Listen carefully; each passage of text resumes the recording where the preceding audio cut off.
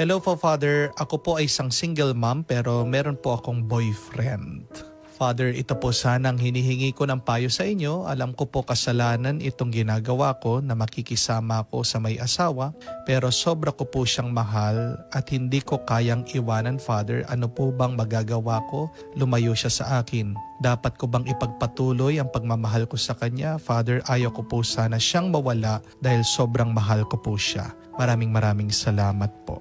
Una po, I have to remind all of you, we are not our feelings. Do not identify yourself with your feelings because feelings come and go. Ano ba ang pagmamahal sa inyo? Pag sinabi niyong, dahil yan yung nararamdaman ko kadalasan yan yung batayan natin sa ating pagmamahal. Then I have to correct you. That is not true love. Because if that is true love, then a lot of us would not have love at all. Marami sana ang hindi na nagpatuloy sa kanilang pagmamahal dahil ang katotohanan, hindi naman forever na ganyan kalakas yung feeling mo, yung passion mo sa isang tao. Kahit po ang mga tao na very passionate sa kanilang trabaho ay makakaranas ng pagkapagod, pagbagot, fatigue, pangangawit, lungkot, no? So do not base your decisions, your actions based on the feeling na sinasabi niyong mahal niyo siya. Kung talagang mahal kayo ng taong ito, dapat from the very start, hiniwalayan na niya yung kanyang asawa at kayong dalawa ay nagsama. What is the true definition of love? Go to the Ode of Love of Saint Paul. That love is patient, love is kind, no? Love is not haughty or full of pride. Ang sinasabi dito ay ang totoong pagmamahal ay tapat. Gusto mong makita ang totoong larawan ng pagmamahal? Look at the cross of Christ. That is a very unpleasant feeling. That is a very painful experience. And yet, no, Jesus did that sacrifice. So, kayo, mahal niya yung lalaki na may asawa. Kung talagang mahal kayo, dapat isakripisyo niya yung pamilya niya para sa inyo. Do not settle for less. Ganun na lang ba ka-cheap ang tingin niyo sa inyong sarili? Na tinatanggap niyo yun? Bakit? Wala na ba tayong ibang makikita dyan? Ganun na ba tayo kadesperado? No? Kayo po mga babae na itatapon niyo na lang ang iyong sarili sa paa na kahit sino man lalaki na tumanggap sa inyo? Sabi ko nga, when you make a decision, do not make it out of desperation. Dahil pag malungkot ka, magkakamali ka sa iyong pagpili. If you need to be desperate, then be desperate in front of God. Pray desperately to God. God hears, notices our desperate prayers. Yan po yung una na gusto kong ipaalala sa inyo. You are not your feelings.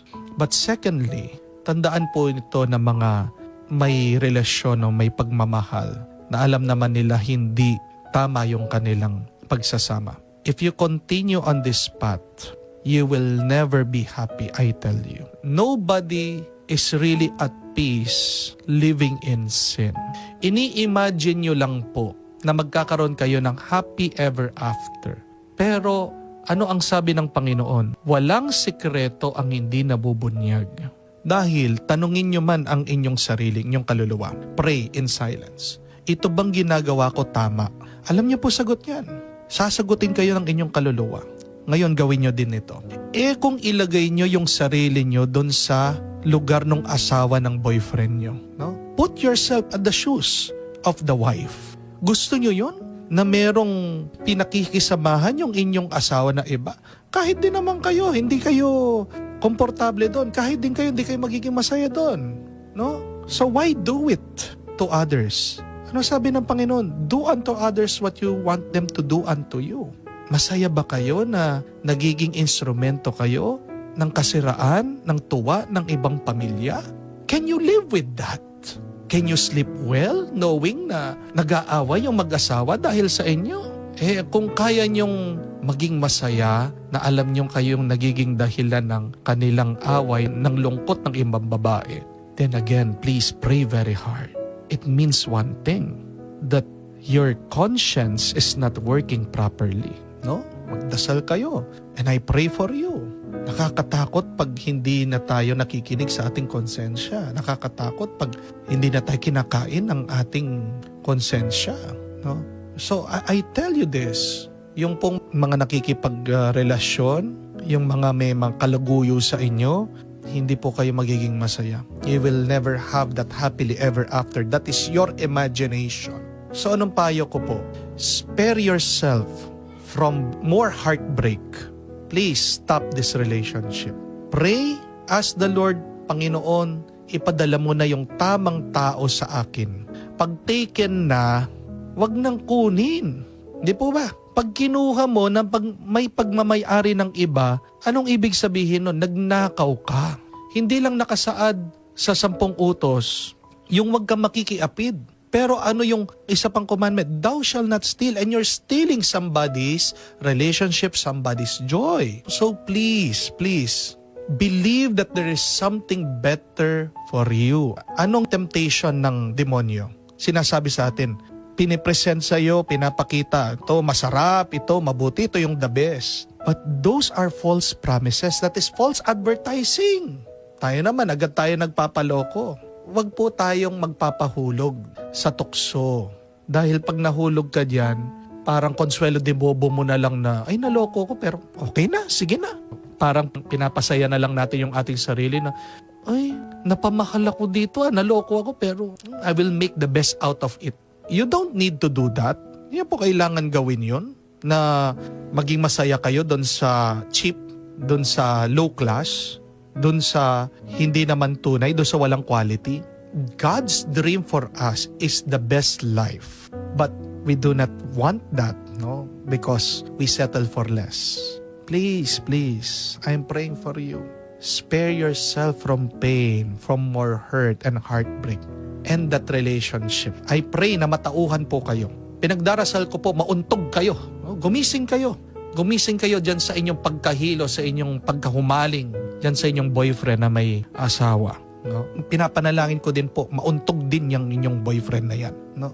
Kasi kung hindi tayo masasaktan, hindi tayo matatauhan eh. So pinagdarasal ko po na kayo ay masaktan. Hindi dahil kayo ay masama. Pero pinagdarasal ko bakit kayo masaktan para lang matauhan kayo at para idala kayo ng Diyos dun sa mas mabuti, mas maganda at mas makakapagbigay ng tuwa sa inyo. I'm sorry for praying for more hardship in your life. But if it is the way for you to become more holy, to become more good, and to become more happy, then I pray for more pain in your life. If it is in the end for your greater good and for the salvation of your soul. Mas maganda na ngayon na masaktan ka kesa dun sa kahuli-hulihan, dun ka nagsisisi. Ang pagsisisi na napakarami ay habang sila'y nasa kama ng kamatayan, pinagsisisihan nila yung kanilang mga kasalanan.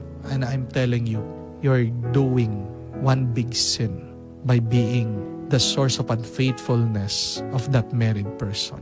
Kahuli-hulihan, tandaan niyo po, isang pundasyon ng pagmamahal ay pagtitiwala at katapatan. Paano masasabing pagmamahal yan kung nga dun sa relationship ng inyong boyfriend, nagtatago na, hindi na tapat? How sure are you that he is loyal to you and he is faithful to you?